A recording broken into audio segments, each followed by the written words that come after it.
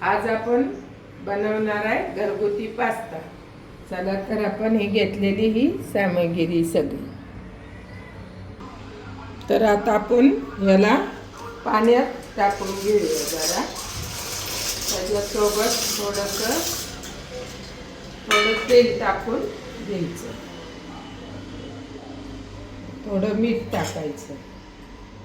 मग त्याला आपण उकळून घेऊया। त्याला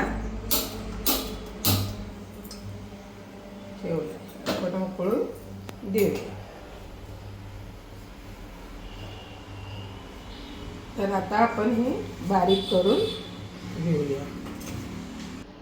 तर आता आपला कांदा टोमॅटो बारीक करून कापून घेतलेला आहे, मिरची बी घेतलेली कापून, आणि पास्ता पण आता 90% होत आलेला आहे। 90% त्याला शिजवून घ्यायचा आणि मग करायचा।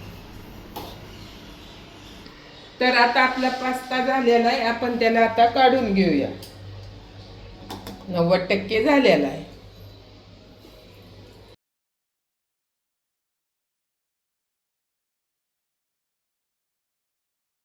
आपला पास्ता काढून घेतलेला आहे। तर आता आपण कढई ठेवली, पटकन त्याला तेल थोडं टाकून घेऊया। तर लसूण टाकून घेऊया आपण।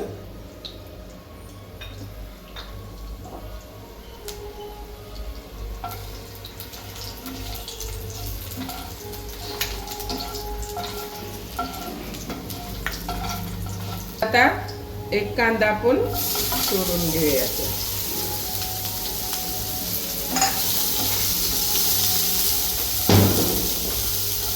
कांदा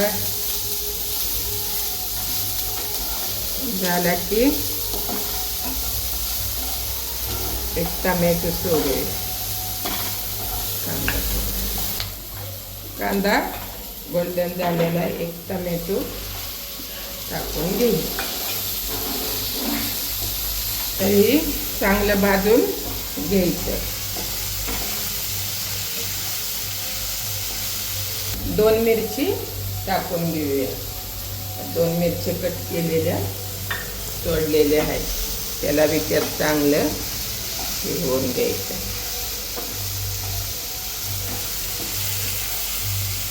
थोडंसं मीठ पण त्यात टाकून घ्यायचं। मिरची ही सगळं छान परतल्या जातं मीठ थोडं टाकलं।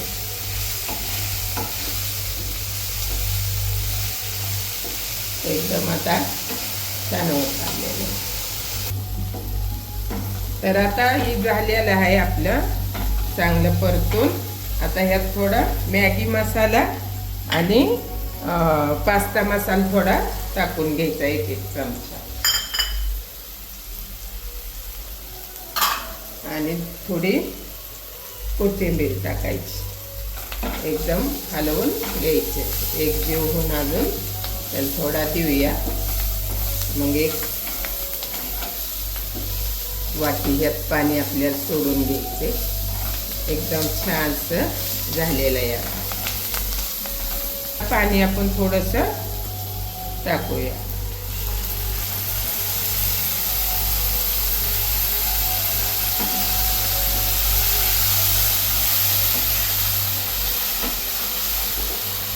याला आता अजून 1 मिनिट आपण याला आता झाकून ठेवूया।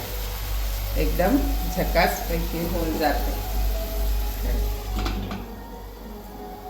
तर आता उघडून घेऊया। झालेलं आहे आपलं थोडंसं आणखी। तर आता आपले पास्ता सोडून घेऊया। पास्ता सोडलेला आहे, त्याला आता आपण जरा हलवून घेऊया। आता आपण ह्याला मिक्स करून छानपैकी घेतलेला आहे पास्ता। खायला पण 1 नंबर होतं, पण झटपट छान। 2 मिनिटात आपण ह्याला झाकून ठेवूया। आपला पास्ता तयार होईल। तर आता आपला पास्ता झालेला आहे, 2 मिनिटानं लगेचच घेऊया।